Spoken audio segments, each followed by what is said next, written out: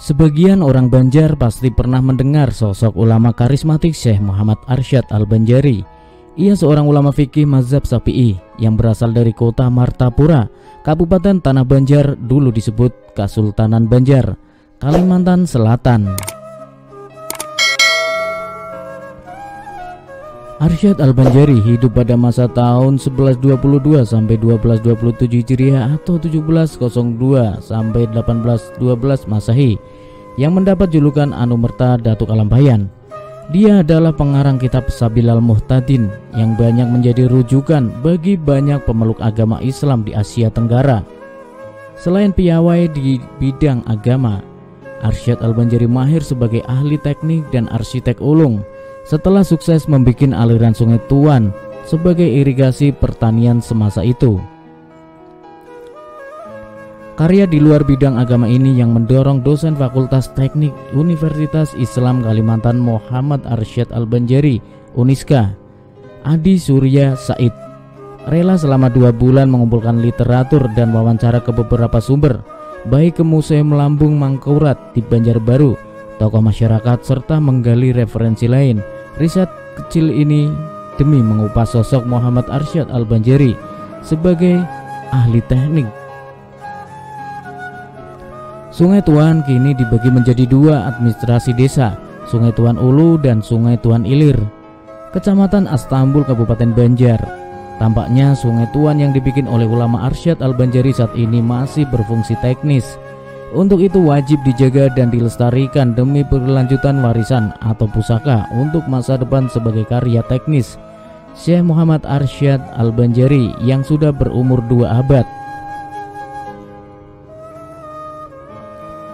Kata Adi usai diskusi publik, heritage Sungai Tuan yang berfungsi teknik sebagai karya Tuan Haji Besar Muhammad Arsyad Al-Banjari dalam perspektif teknik sipil di kampus Uniska Banjarmasin, Rabu.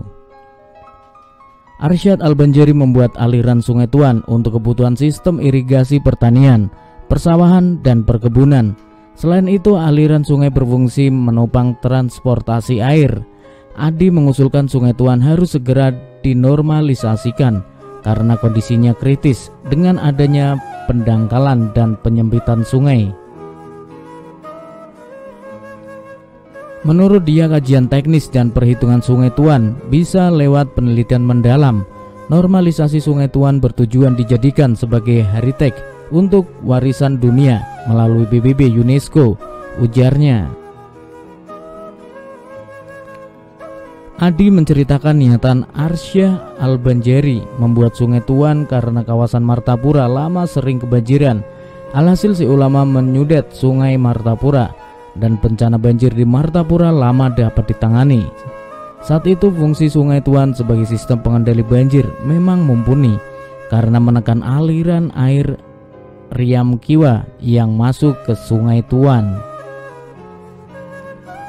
sehingga pertemuan debit aliran Riam Kiwa dengan Riam Kanan menjadi berkurang setelah disudet lewat Sungai Tuan yang titik awalnya berada di jembatan Astambul, sehingga debit banjir di Martapura lama dapat dikendalikan.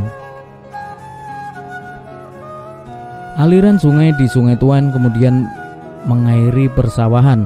Sungai Tuan adalah sungai buatan berupa sudetan dari Sungai Martapura Ulu ke Sungai Martapura Ilir. Pertemuan arus air dari Riam Kiwa dan Riam Kanan. Uniknya, Arsyad Al-Banjari menggoreskan tongkatnya sepanjang 8 km untuk membuat anak sungai yang dapat mengalirkan airnya ke daratan di sepanjang Sungai Tuan. Goresan tongkat yang menjadi anak sungai inilah yang menjadi sumber nama kampung itu, yakni 2 ungkapan yang terdiri dari sungai dan tuan, sehingga tergabunglah keduanya menjadi nama suatu kampung, yaitu Kampung Sungai Tuan. Mayoritas penduduknya adalah zuriat Syekh Muhammad Arsyad dari istri beliau bernama Tuan Palung. Terusan atau anak sungai itu disempurnakan sehingga berfungsi sebagai irigasi yang mengatur pasokan air. Aliran irigasi ini mampu memproduktifkan ladang pertanian. Konsep Ihya ul Wawad dalam Islam sudah diterapkan oleh Syekh Muhammad Arsyad sejak 2 abad yang silam, 200 tahun Masehi yang lalu. Dan beliau sangat paham dengan ilmu falak, mengetahui kapan debit air maksimal dan kapan air minimal. Beliau menarik garis dengan ilatung dari matahari terbit menuju matahari terbenam, timur ke barat, kata Adi.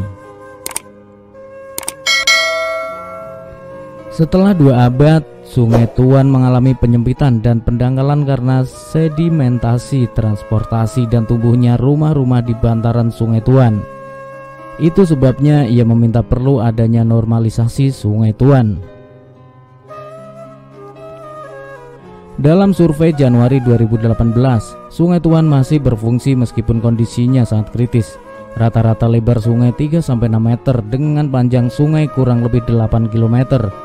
Mengutip wawancara dengan Dwi Putro Sulaksono, petugas Museum Lambung Mangkurat dan penulis buku Perkapalan Rakyat Kalimantan menuju Sistem Inovasi Nasional Transportasi Air dan Sungai. Adi menuturkan Sungai Tuan sebagai warisan atau pusaka yang mesti dijaga dan dilestarikan, bahkan bisa diusulkan ke PBB sebagai heritage.